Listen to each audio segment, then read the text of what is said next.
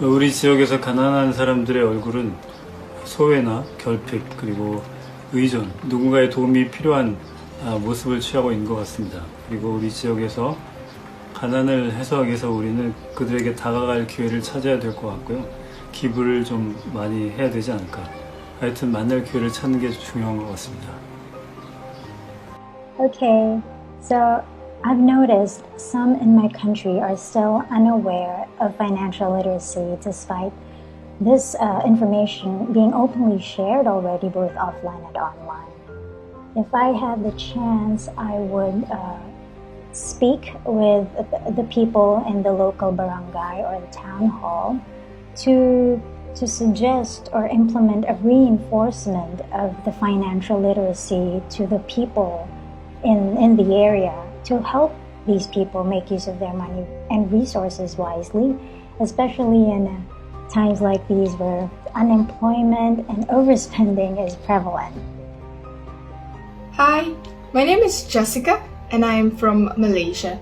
The face of poverty in Malaysia would be racial segregation, and efforts to alleviate racial segregation would be to practice inclusivity within the circle of friends and not just stick to one racial group.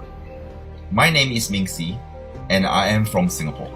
The face of poverty in my area is homelessness for a group of children that is squeezed out by a fast-moving society that waits for no man. These children are usually abandoned due to the lack of knowledge by their parents and happen across multi-generations. These children are then put in homes, and the same thing will happen to their children if nothing else is done about it. I want to be part of the solution by bringing music to these children to make an impact to the lives of these children. As part of our Global Strings Federation, we are currently working with passionate musicians who will come forward to support learning at these homes. It is an average of 5 years to teach one child to play an instrument who will then need to pass on this knowledge to the next child. This pay-it-forward exercise aims to keep the vulnerable children out of trouble and break out of their poverty cycle. My name is Eden Celestino Capso from Banay-Banay, Davao Oriental, Philippines. The face of poverty in our rural and agricultural area is characterized by scarcity of economic opportunities and unemployment. The government employee and leader of a non-government organization, I can be an influencer in creating livelihood opportunities through adding values to local products and organize locals to maximize homegrown industries towards employment and income-generating activities. Hi, I'm Samantha George from Bangalore, India. I'm a content creator and currently working on an edtech startup.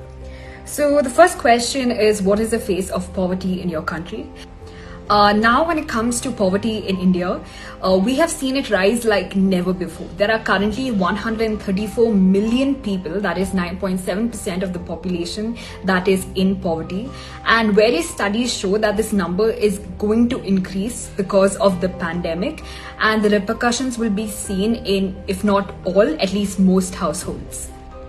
Now, when it comes to ways to alleviate it, there are 3 things that come to my mind immediately. The first being education. Currently, the literacy rate of India is 77.7%, with all states showing higher male literacy than female literacy.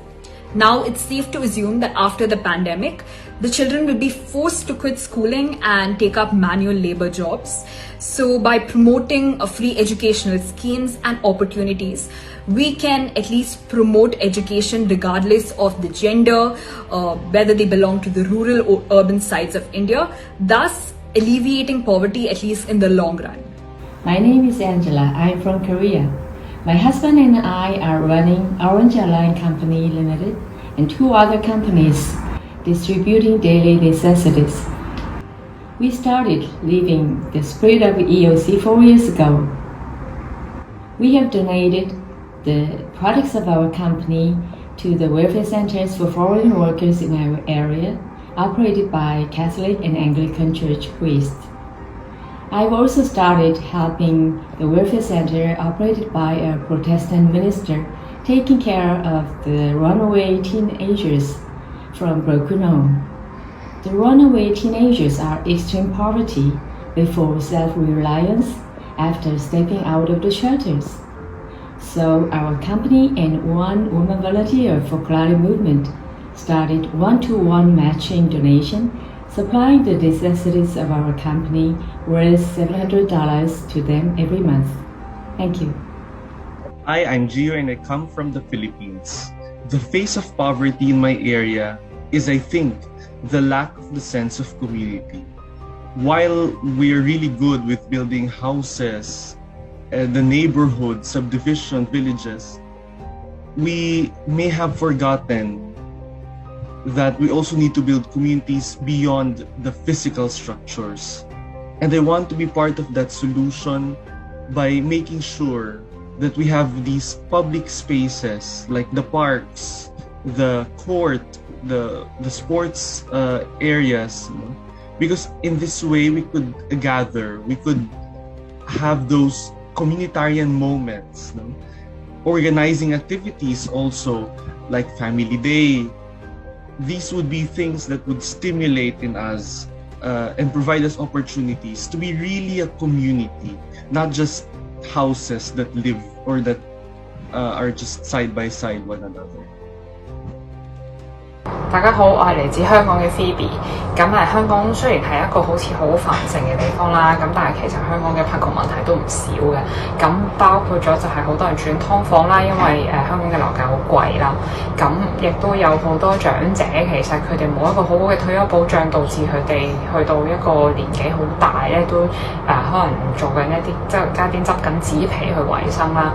咁亦都有好多基層嘅家庭，佢哋可能做一啲比較基層嘅工作，導致佢哋未必有足夠嘅收入，可以喺即係一個喺香港呢個咁高生活指數嘅地方嗰度可以生活，維持到家庭嘅一啲開支啦。咁其實坦白講咧，呢啲問題咧都好難單憑一己之力可以解決嘅。咁所以即係但係我哋可以做嘅咧，就係關注多啲一啲相關嘅政策啦，同埋透過一啲社福機構啦，去幫助佢哋啦，聯絡呢啲社福機構同埋捐助呢啲社福機構啦。Hi, I am Marian from Dumaguete City. I am a young entrepreneur. The face of poverty here in my area is looking into the eyes of each child I see. In the current times, our children's education is greatly affected. So we all know that our country's educational system is weak and it's now sadly it's getting worse. So if we don't produce good and educated children, how can our families get out of poverty on a bigger scale? How can our country progress if we keep most of our citizens uneducated? So I want to be part of this change in every little way I can now. So I constantly help each child I see, talk to them on their perspective and motivate them to keep on completing their modules and to never leave schoolworks behind. I also talk to parents who are struggling with their children. I am a person who came out of poverty through education and right parental guidance. I really know, I somehow know what it's like, and I wish to inspire more people with my story.